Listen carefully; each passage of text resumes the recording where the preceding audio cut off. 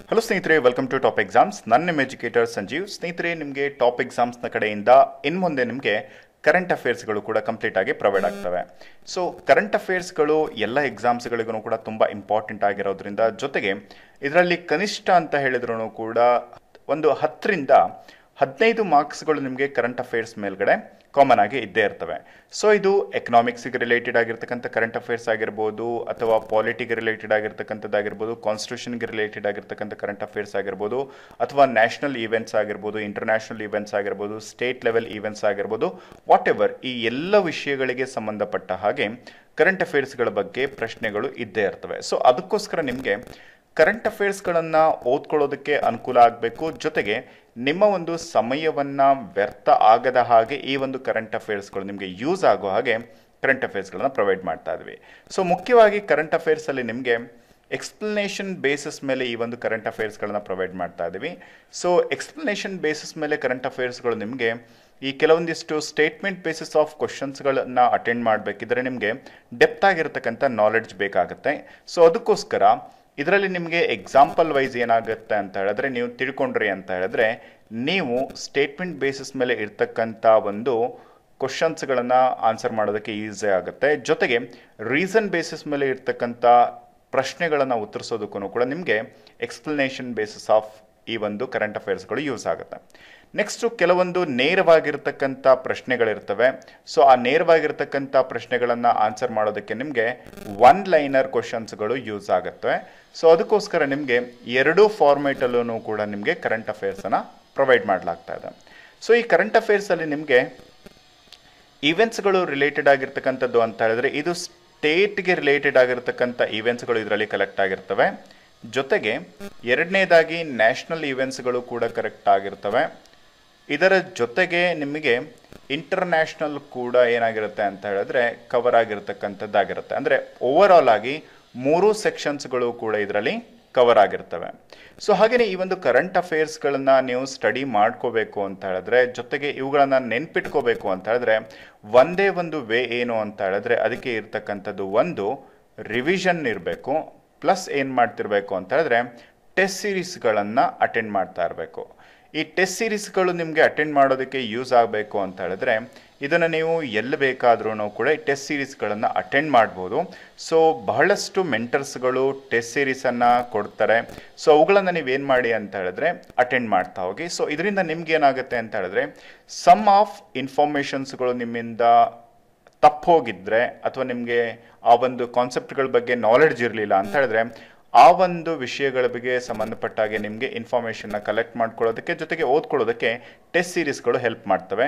ಆಮೇಲೆ ರಿವಿಷನ್ಗಳು ಏನು ಮಾಡ್ತವೆ ಅಂತ ಹೇಳಿದ್ರೆ, ನೀವು 1 or 2 ಟೈಮ್ ರಿವಿಷನ್ ಮಾಡಿದ್ರಿ ಅಂತ ಹೇಳಿದ್ರೆ ನಿಮಗೆ ಈ ಎಲ್ಲ ವಿಷಯಗಳು ಕೂಡ ಈಸಿಯಾಗಿ ರಿಕಾಲ್ ಆಗ್ತವೆ. ಜೊತೆಗೆ ಕಾನ್ಸೆಪ್ಟ್ಸ್ಗಳನ್ನು ಒಂದಕ್ಕೊಂದು ಜೋಡಿಸೋದಕ್ಕೆ ನಿಮಗೆ ಈಸಿ ಆಗುತ್ತೆ. ಅಂದರೆ ಒಂದು ವಿಷಯವನ್ನು ಇನ್ನೊಂದು ವಿಷಯದೊಂದಿಗೆ ಹೊಂದಿಸ್ಬಿಟ್ಟು ನೀವು ಕಲಿಯೋದಕ್ಕೆ ನಿಮಗೆ ಹೆಲ್ಪ್ ಆಗುತ್ತೆ.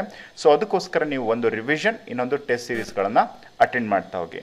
ಹಾಗೆಯೇ ಈ ಒಂದು ಕಾನ್ಸೆಪ್ಟ್ಸ್ಗಳನ್ನು ಅಥವಾ ಈ ಒಂದು ಕರೆಂಟ್ ಅಫೇರ್ PDF ಅನ್ನು ನಿಮಗೆ ಪ್ರೊವೈಡ್ ಮಾಡೋದು ಯಾವಾಗ ಅಂತ ಹೇಳಿದ್ರೆ, ಪ್ರತಿದಿನ ಸಂಜೆ 6ರಿಂದ 6:30 ಒಳಗಾಗಿ, ಅಂದರೆ ಸಂಜೆ 6ರಿಂದ 6:30 ಒಳಗಾಗಿ ನಿಮಗೆ ಕರೆಂಟ್ ಅಫೇರ್ಸ್ನ PDF ನಿಮಗೆ ಸಿಗುತ್ತವೆ. ಸೊ ಇವುಗಳನ್ನು ನೀವು ಫ್ರೀಯಾಗಿ ನೀವು ಇದನ್ನು ಡೌನ್ಲೋಡ್ ಮಾಡಿಕೊಂಡು ಪ್ರಿಂಟ್ ತೊಗೊಂಡು ಓದ್ಕೋಬೋದು, ಅಥವಾ ನೀವು ರೆಗ್ಯುಲರ್ ಆಗಿ ನೀವು ಮೊಬೈಲ್ ಥ್ರೂ ಓದ್ತೀರಾ ಅಂತ ಹೇಳಿದ್ರೆ ನೀವು ಬೇಕಾದ್ರೆ ಇದನ್ನು PDF ಅನ್ನು ತೊಗೊಂಡು ಓದ್ಕೋಬೋದು. So up to your choice, ನಿಮಗೆ ಹೇಗೆ ಅನುಕೂಲ ಆಗುತ್ತೆ ಆ ರೀತಿಯಾಗಿ ಇದನ್ನು ನೀವು ಓದ್ಕೊಳ್ತಾ ಹೋಗಿ.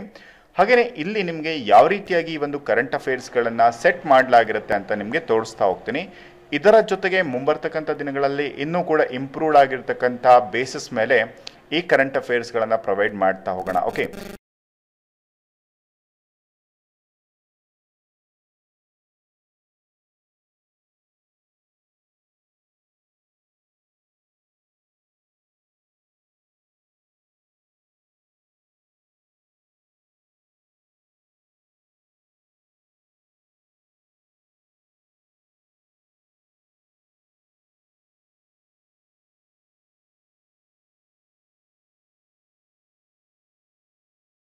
ಸೊ ಈ ರೀತಿಯಾಗಿ ನಿಮಗೆ ಈ ಒಂದು ಕರೆಂಟ್ ಅಫೇರ್ಸ್ಗಳನ್ನು ನಿಮಗೆ ಕಂಪ್ಲೀಟ್ ಎಕ್ಸ್ಪ್ಲನೇಷನ್ ಇರುತ್ತೆ.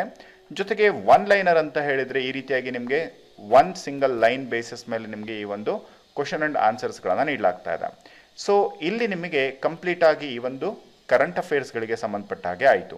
ಇದರ ಜೊತೆಗೆ ನಿಮಗೆ ಟಾಪ್ ಎಕ್ಸಾಮ್ಸ್ನ ಕಡೆಯಿಂದ ಏನೇನು ಫೆಸಿಲಿಟೀಸ್ಗಳು ಪ್ರೊವೈಡ್ ಮಾಡಲಾಗ್ತಾ ಇದೆ ಅಂತ ನನಗೆ ತಿಳಿಸ್ತೀನಿ. ಜೊತೆಗೆ ಈ ಒಂದು PDF ಅನ್ನು ಪಡಿಬೇಕು ಅಂದರೆ ನೀವು ಏನು ಮಾಡಬೇಕು? ಮೊದಲನೇದಾಗಿ ಈ ಒಂದು PDF ನಾವು ಟಾಪ್ ಎಕ್ಸಾಮ್ಸ್ನ ಟೆಲಿಗ್ರಾಮ್ ಗ್ರೂಪಲ್ಲಿ ಆ್ಯಡ್ ಮಾಡಲಾಗತ್ತೆ. ಓಕೆ, ಇಲ್ಲಿ ನಿಮಗೆ ಟೆಲಿಗ್ರಾಮ್ ಗ್ರೂಪನ್ನು ಕೂಡ ನೀವು ಜಾಯ್ನ್ ಆಗಿಬಿಟ್ಟು ಇವುಗಳನ್ನು ಪಡಿಬಹುದು. ಅಥವಾ ನೀವು ಟೆಲಿಗ್ರಾಮ್ ಗ್ರೂಪ್ನ ಜೊತೆಗೆ ಟಾಪ್ ಎಕ್ಸಾಮ್ಸ್ನ ಲರ್ನಿಂಗ್ ಆ್ಯಪ್ ಏನಿದೆ, ಸೊ ಅಲ್ಲಿಂದನೂ ಕೂಡ ಏನು ಮಾಡ್ಬೋದು ಅಂತ ಹೇಳಿದ್ರೆ ಇವುಗಳನ್ನು ಪಡೆಯೋದಕ್ಕೆ ಅನುಕೂಲ ಇದೆ. ಸೊ ಎರಡು ಕಡೆಯಿಂದನೂ ಕೂಡ ನೀವು ಈ ಒಂದು ಸೋರ್ಸಸ್ಗಳನ್ನು ನೀವು ಪಡ್ಕೋಬಹುದು. ಓಕೆ, ಸೊ ಇವೆರಡು ಈ ಒಂದು ಸೋರ್ಸನ್ನು ಪಡೆಯೋದಕ್ಕೆ ಇರತಕ್ಕಂಥದ್ದು. ಇದರ ಜೊತೆಗೆ ಟಾಪ್ ಎಕ್ಸಾಮ್ಸ್ನ ಕಡೆಯಿಂದ ನಿಮಗೆ ಇರ್ತಕ್ಕಂಥ ಫೆಸಿಲಿಟೀಸ್ಗಳು ಎಲ್ಲವೂ ಕೂಡ ನಿಮಗೆ ಫ್ರೀ ಆಫ್ ಕಾಸ್ಟಲ್ಲಿ ಇವುಗಳನ್ನೆಲ್ಲ ಪ್ರೊವೈಡ್ ಮಾಡಲಾಗ್ತಾ ಇದೆ. ಯೂಸ್ ಮಾಡ್ಕೊಳ್ಳಿ. ಜೊತೆಗೆ ನಿಮ್ಮ ಒಂದು ಎಕ್ಸಾಮನ್ನು ಕ್ರ್ಯಾಕ್ ಮಾಡೋದಕ್ಕೆ ನಿಮ್ಮ ಒಂದು ಪ್ರಾಂಪ್ಟ್ ಆಗಿರ್ತಕ್ಕಂಥ ಎಫರ್ಟನ್ನು ಹಾಕ್ತಾ ಹೋಗಿ. ಸೊ ಇದರಲ್ಲಿ ನಿಮಗೆ ನೋಟ್ಸ್ಗಳನ್ನು ಪ್ರೊವೈಡ್ ಮಾಡಲಾಗ್ತಾ ಇದೆ. ಅಂದರೆ ಈಗ ಕಂಪ್ಲೀಟ್ ಆಗಿ ಎಲ್ಲ ನೋಟ್ಸ್ಗಳು ಕೂಡ ನಿಮಗೆ ಈಸಿ ಫಾರ್ಮೇಟಲ್ಲಿ ಈ ಒಂದು ನೋಟ್ಸ್ಗಳನ್ನು ಪ್ರೊವೈಡ್ ಮಾಡಲಾಗ್ತಾ ಇದೆ.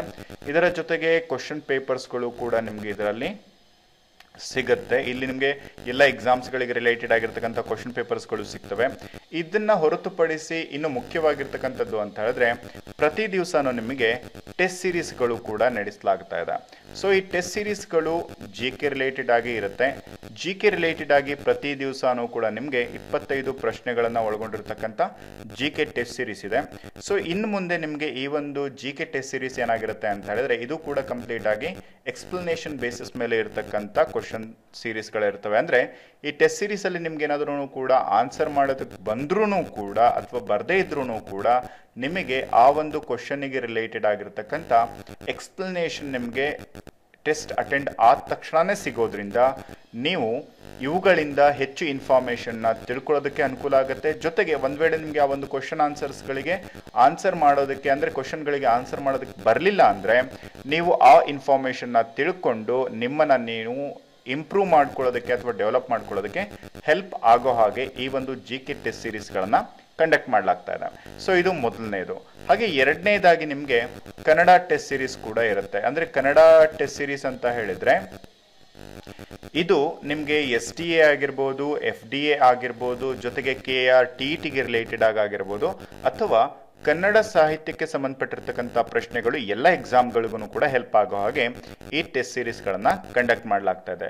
ಪ್ರಿಫರೇಬಲಿ ಈ ಟೆಸ್ಟ್ ಸೀರೀಸ್ಗಳು ಇರ್ತಕ್ಕಂಥದ್ದು SDA, FDA ಮತ್ತು KRTTಗೆ ರಿಲೇಟೆಡ್ ಆಗಿ. ಓಕೆ, ಸೊ ಮೂರನೇದಾಗಿ ನಿಮಗೆ ಕಂಪ್ಯೂಟರ್ ಟೆಸ್ಟ್ ಸೀರೀಸ್ ಕೂಡ ನಡೀತಾ ಇದೆ. ಸೊ ಈ ಕಂಪ್ಯೂಟರ್ ಟೆಸ್ಟ್ ಸೀರೀಸ್ಗಳು ನಿಮಗೆ ಹೇಗಿರುತ್ತೆ ಅಂತ ಹೇಳಿದ್ರೆ ಈ ಟೆಸ್ಟ್ ಸೀರೀಸ್ಗಳು ನಿಮಗೆ ಎಲ್ಲ ಎಕ್ಸಾಮ್ಸ್ಗಳಿಗೂ ಕೂಡ ಅನುಕೂಲ ಆಗೋ ಹಾಗೆ ಟೆಸ್ಟ್ ಸೀರೀಸ್ಗಳನ್ನು ನೀಡಲಾಗ್ತಾ ಇದೆ.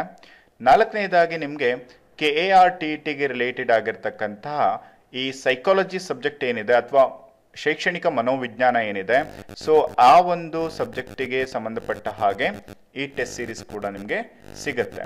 ನೆಕ್ಸ್ಟ್ ಇಲ್ಲಿ ಕರೆಂಟ್ ಅಫೇರ್ಸ್ಗೆ ರಿಲೇಟೆಡ್ ಆಗಿರ್ತಕ್ಕಂಥ ಟೆಸ್ಟ್ ಸೀರೀಸ್ ಕೂಡ ಇರುತ್ತೆ.